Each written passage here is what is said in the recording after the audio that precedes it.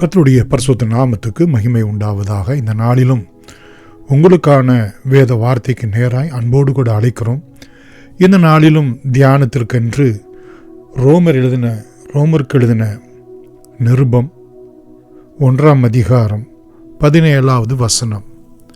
விசுவாசத்தினால் நீதிமான் பிழைப்பான் என்று எழுதியிருக்கிறபடி விசுவாசத்தினால் உண்டாகும் தேவ நீதி விசுவாசத்திற்கு என்று அந்த விசுவாசத்தினாலே, அந்த சுவிசேஷகத்தினாலே வெளிப்படுத்தப்படுகிறது. பிரியமானவர்களே, இந்த ஒரு வேத வசனம் கர்த்தருடைய பிள்ளைகளாகிய நமக்கு, நம்முடைய கிறிஸ்தவ ஆவிக்குரிய ஜீவியத்திற்கு அடிப்படையான ஒன்று. தேவனுடைய பிள்ளைகளாகிய நாம் விசுவாசிக்கிறதுனாலே, ஆண்டவர் இரட்சகருமாகிய இயேசு கிறிஸ்துவை விசுவாசிக்கிறதுனாலே தேவனுக்கு முன்பதாக நாம் நீதிமான்களாக எண்ணப்படுகிறோம் என்று நமக்கு கொடுக்கப்பட்டிருக்கிறதான சுவிசேஷகம் அதனை வெளிப்படுத்துகிறது.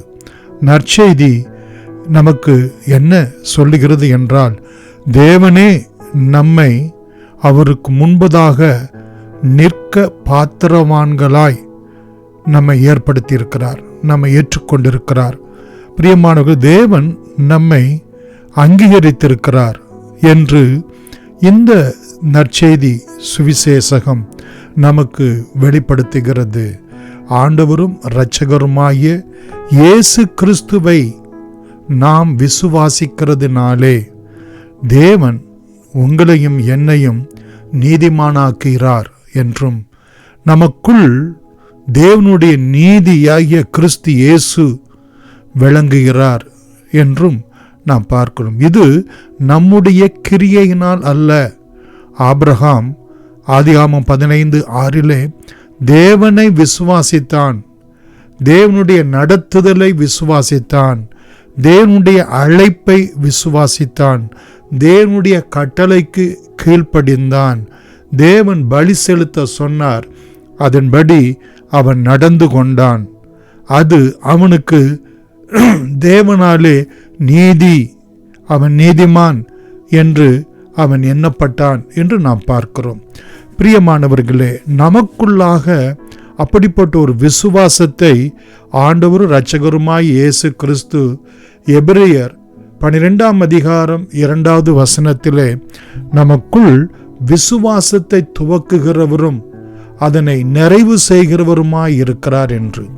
கிறிஸ்தவ ஜீவியம் என்பது தேவனுடைய வார்த்தை, தேவனுடைய நடத்துதல், ஆண்டவராகிய இயேசு கிறிஸ்துனுடைய பாடு மரணம் உயிர்த்தெழுதலுடைய புண்ணியங்கள், இயேசு கிறிஸ்துனுடைய இரகசிய வருகை, 1000 வருட அரசாட்சி என்று வேதத்திலே நமக்கு சொல்லப்பட்டிருக்கிறதான சகல சத்தியத்தையும் ஆவியானவர் நம்மை நடத்துகிறார் என்று நாம் விசுவாசிக்கிறவர்களாய், நம்புகிறவர்களாய், ஏற்றுக்கொள்கிறவர்களாய், பின்பற்றுகிறவர்களாய் காணப்பட வேண்டும்.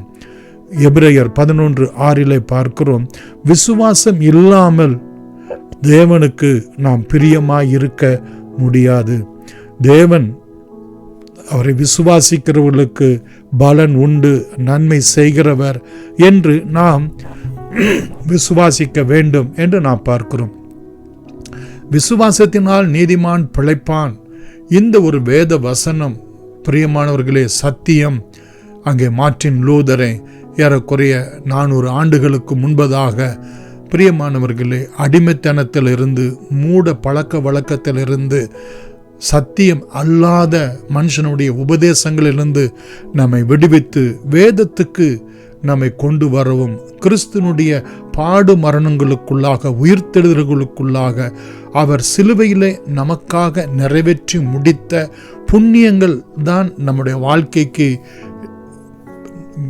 நம்மை பிழைப்பூட்டும் என்றும், நம்மை நீதிமானாக்கும் என்றும், நம்மை விடுவிக்கும், பாவம் சாபம் அக்கிரமத்திலிருந்து நம்மை விடுவிக்கும் என்றும். பிரியமானவர்களே, இந்த ஒரு வேத பகுதி சத்தியம் மார்ட்டின் லூதருக்கு ஆண்டவர் உணர்த்தி, அதன் மூலமாக இன்றைக்கு கோடான கோடி ஜனங்கள் பிரியமானவர்களே ஆண்டவருக்குள் வந்திருக்கிறதை நாம் பார்க்கிறோம். கர்த்தர் நல்லவர், அவருடைய கிருபை என்றும் உள்ளது. சுவிசேஷகம் என்ன சொல்கிறது என்றால், இயேசு கிறிஸ்துவின் மூலமாக நமக்கு ரட்சிப்பு. பிரியமானவர்களே, தேவனுடைய நீதி என்பது அவருடைய தன்மை, அவருடைய திட்டம் நம்மை இந்த விசுவாசத்தினாலே நீதிமான் ஆக்குகிறது. அது நமக்கு ரட்சிப்பை கிறிஸ்து இயேசுவின் மூலமாய் கொண்டு வருகிறது. ரட்சிப்பு மாத்திரமல்ல, ரோமர் 3ஆம் அதிகாரம் 21 முதல் 22 வரைக்குள்ள வசனங்களில் பார்க்கிறோம். பிரியமானவர்களே, அது அந்த வெளிப்படுத்தப்பட்டிருக்கிறது தேவனுடைய நீதி. பிரியமானவர்களே, இந்த விசுவாசத்தினாலே வெளிப்படுத்தப்பட்டிருக்கிறது என்றும் யோவான் 3ஆம் அதிகாரம் 16 மற்றும் 36 அது நமக்கு நித்திய ஜீவனாக விசுவாசிக்கிறவர்களுக்கு அருளப்படுகிறது என்றும் ரோமர் 6ஆம் அதிகாரம் கடைசி வசனத்தில் 23வது வசனத்தில் பார்க்கிறோம். பிரியமானவர்களே, இந்த விசுவாசம் உடையவர்களுக்கு நித்திய ஜீவன் அருளப்படுகிறது என்று நாம் பார்க்கிறோம். கர்த்தருடைய பரிசுத்த நாமத்துக்கு மகிமை உண்டாவதாக. ஆபகுக் 2ஆம் அதிகாரம் 4வது வசனத்திலே பழைய ஏற்பாட்டிலே முதலாவது போடப்பட்டிருக்கிறது என்ன? பிரியமானவர்களே, அங்கே பெருமை உள்ளவன் தேவனுக்கு முன்பதாக நீதிமானாய் இருக்க முடியாது, உத்தமனாய் இருக்க முடியாது. ஆனால் விசுவாசம் உள்ளவன்தான் அவன் நீதிமானாக இருக்க முடியும். விசுவாசத்தினால் நீதிமான் பிழைப்பான் என்று. எதனை விசுவாசிக்கிறதுனாலே? சுவிசேஷகத்தை விசுவாசிக்கிறதுனாலே. சுவிசேஷகன் நமக்கு சொல்லுகிறது என்ன? கர்த்தர் இரட்சகருமாய் இயேசு கிறிஸ்துவினுடைய பாடு, மரணம், உயிர்த்தெழுதல் நம்முடைய வாழ்க்கைக்கு ரட்சிப்பை, நித்திய ஜீவனை, பரிசுத்த வாழ்க்கையை, தேவனை பற்றும் விசுவாசத்தை நமக்குள் கொண்டு வரக்கூடியதாக இருக்கிறது.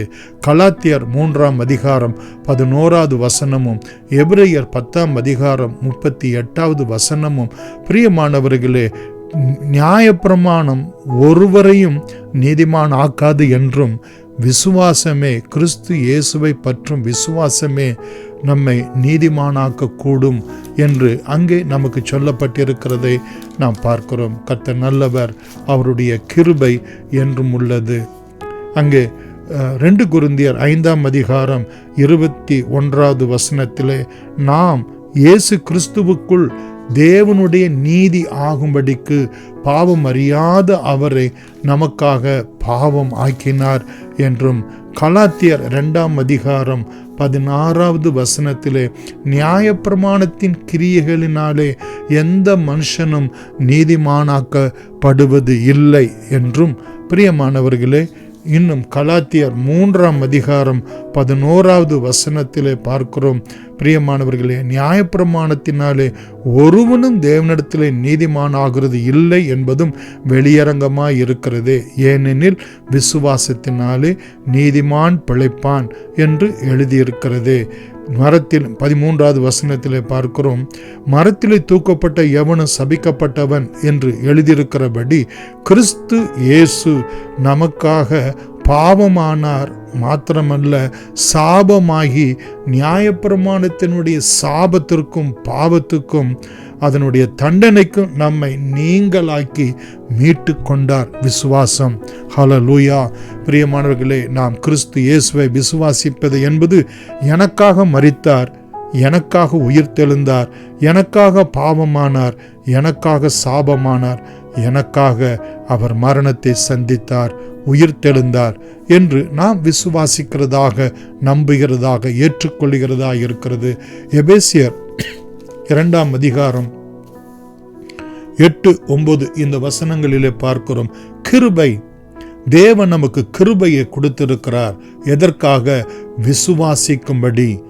பிரியமான, இது நம்முடைய பிரயாசம் அல்ல, தேவனுடைய இரக்கம், தேவனுடைய தயவு, தேவனுடைய காருண்யம் நமக்குள்ளே விசுவாசத்தை கொண்டு வந்து நம்மை ரட்சிக்கப்பட செய்கிறது. இது உங்களால் உண்டானது அல்ல, தேவன் நமக்கு கொடுத்த ஈவு. ஒருவரும் பெருமை பாராட்டாதபடிக்கு இது கிரியைகளினால் உண்டானது அல்ல. எது?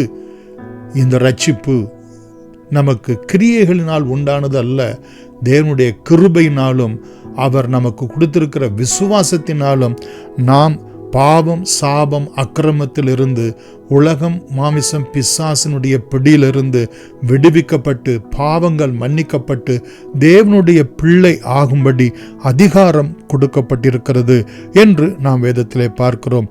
தொடர்ந்து ரோமர் 4:5 வாசித்து பாருங்கள் பிரியமானவர்களே. இன்னும் ரோமர் 4ஆம் அதிகாரம் 5வது வசனத்திலே, ஒருவன் கிரியை செய்யாமல் பாவியை நீதிமானாக்குகிறவரிடத்தில் விசுவாசம் வைக்கிறவனாயிருந்தால் அவனுடைய விசுவாசமே அவனுக்கு நீதியாக எண்ணப்படும். பிரியமான, ஒரு பாவி எந்த கிரியையும் செய்யாமல் நீதிமானாக்குகிறவர் எவரோ அவரிடத்திலே நம்பிக்கை, விசுவாசம் வைக்கிறதுனாலே அவனுடைய அந்த விசுவாசமே அவனுக்கு நீதியாக எண்ணப்படுகிறது. நம்மை நீதிமான ஆக்குகிறவர் ஆண்டவரும் இரட்சகருமாகிய இயேசு கிறிஸ்து. எவர்களுடைய அக்கிரமங்கள் மன்னிக்கப்பட்டதோ, எவர்களுடைய மீறுதல்கள் மூடப்பட்டதோ, பிரியமானவர்கள் அவர்கள் பாக்கியவான்கள். எவருடைய பாவத்தை கர்த்தர் எண்ணாது இருக்கிறாரோ அவன் பாக்கியவான் என்று அங்கே சங்கீதங்கள் புத்தகத்திலே நாம் பார்க்கிறோம். கர்த்தர் நல்லவர்.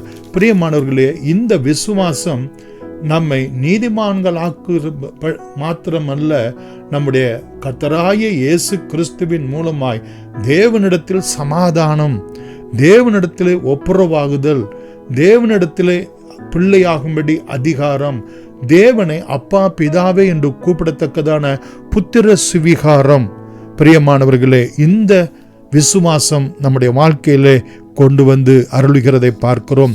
இன்னும் ரோமர் 10ஆம் அதிகாரம் 4வது வசனத்திலே பார்க்கிறோம், விசுவாசிக்கிற எவனுக்கும் நீதி உண்டாகும்படி கிறிஸ்து நியாயப்பிரமாணத்தினுடைய முடிவாய் இருக்கிறார். அதே அதிகாரத்திலே 10வது வசனத்திலே பார்க்கிறோம், 9ம் 10ம், கர்த்தராகிய இயேசுவை நீ உன் வாயினாலே அறிக்கையிட்டு தேவன் அவரை மரித்தோரிலிருந்து எழுப்பினார் என்று உன் இருதயத்திலே நம்பினால், விசுவாசித்தால், ஏற்றுக்கொண்டால் உனக்கு ரட்சிப்பு, நீ ரட்சிக்கப்படுவாய். நீதி நம்முடைய இருதயத்திலே உண்டாக விசுவாசிக்கப்படும், ரட்சிப்பு உண்டாக. பிரியமானவர்களே, அது வாயினால் அறிக்கை செய்கிறவர்களாய் நாம் காணப்பட வேண்டும். இயேசு என்னை ரட்சித்தார், இயேசு என்னை மீட்டுக்கொண்டார், இயேசு கிறிஸ்துவின் இரத்தம் என் சகல பாவங்களையும் நீக்கிறது, பாவியாய என் மேல் இயேசு கிறிஸ்து கிருபையாய் இருக்கிறார் என்று நாம் விசுவாசித்து அறிக்கை செய்ய வேண்டும். இயேசு எனக்காக மரித்தார், அடக்கம் பண்ணப்பட்டார், உயிர்த்தெழுந்தார் என்கிற இந்த ஒரு எளிமையான விசுவாசம் நம்முடைய வாழ்க்கையிலே தேவனுக்கு முன்பதாக நீதிமானாக்குகிறது என்று நாம் பார்க்கிறோம். அறிக்கை மிக அவசியம். பிரியமானவர்களே, நம்முடைய வாழ்க்கையிலே ரட்சிப்பை தேவன் கொண்டு வருவது நிச்சயமாயிருக்கிறது. அது மாத்திரமல்ல, யோவான் 3:16 மற்றும் 36, ரோமர் 6:23 இவற்றிலே நாம் பார்ப்பது என்ன? பிரியமானவர்களே, நித்திய ஜீவன், நமக்கு பரிசுத்தமாகுதல் பலன் என்றும், நித்திய ஜீவன் நமக்கு ஆண்டவர் அருளுகிறார் என்றும் வேதத்திலே நாம் பார்க்கிறோம். கர்த்தர் நல்லவர், அவருடைய கிருபை என்றும் உள்ளது. பாவத்தினுடைய சம்பளம் மரணமாயிருக்கிறது. தேவனுடைய கிருபை வரமோ ஈவோ நம்முடைய கர்த்தராகிய இயேசு கிறிஸ்துவை நாம் விசுவாசிக்கிறதுனாலே நமக்கு உண்டாகிறது இட்டர்னல் லைஃப், நித்தியமாய் அவரோடு கூட வாழக்கூடிய நித்திய ஜீவனுள்ள வாழ்க்கை. கர்த்தர் உங்களை ஆசீர்வதிப்பாராக. God bless you.